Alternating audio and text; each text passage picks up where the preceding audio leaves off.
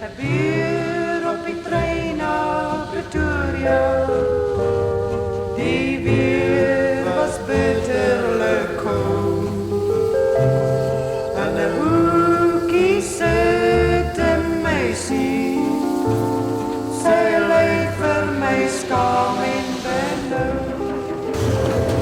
Tickets vir die skaam asseblief. Die vraag vir haar kaartjie. Sy sê sy het die geld om hem te koop.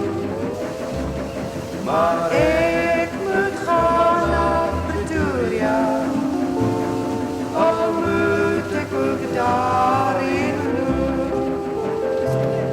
My moeder lê daar op sterwe. En ek is haar enigste kind. En ek moet gaan na Pretoria. As ek haar nog lewend wil vind.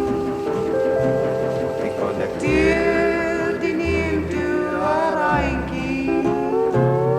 Daar is trane in sy groot blauwe. Jy kan ry met my na Pretoria. Al moet ek jou kaartjie betaal.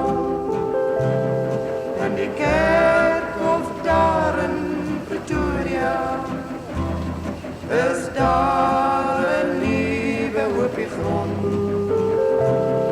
Onder daardie hoopie lê begrawe 'n droewige kindjie se moeder. Die kondukteur die neem weer haar eindjie. En hy sien hoe die kleine meisie ly.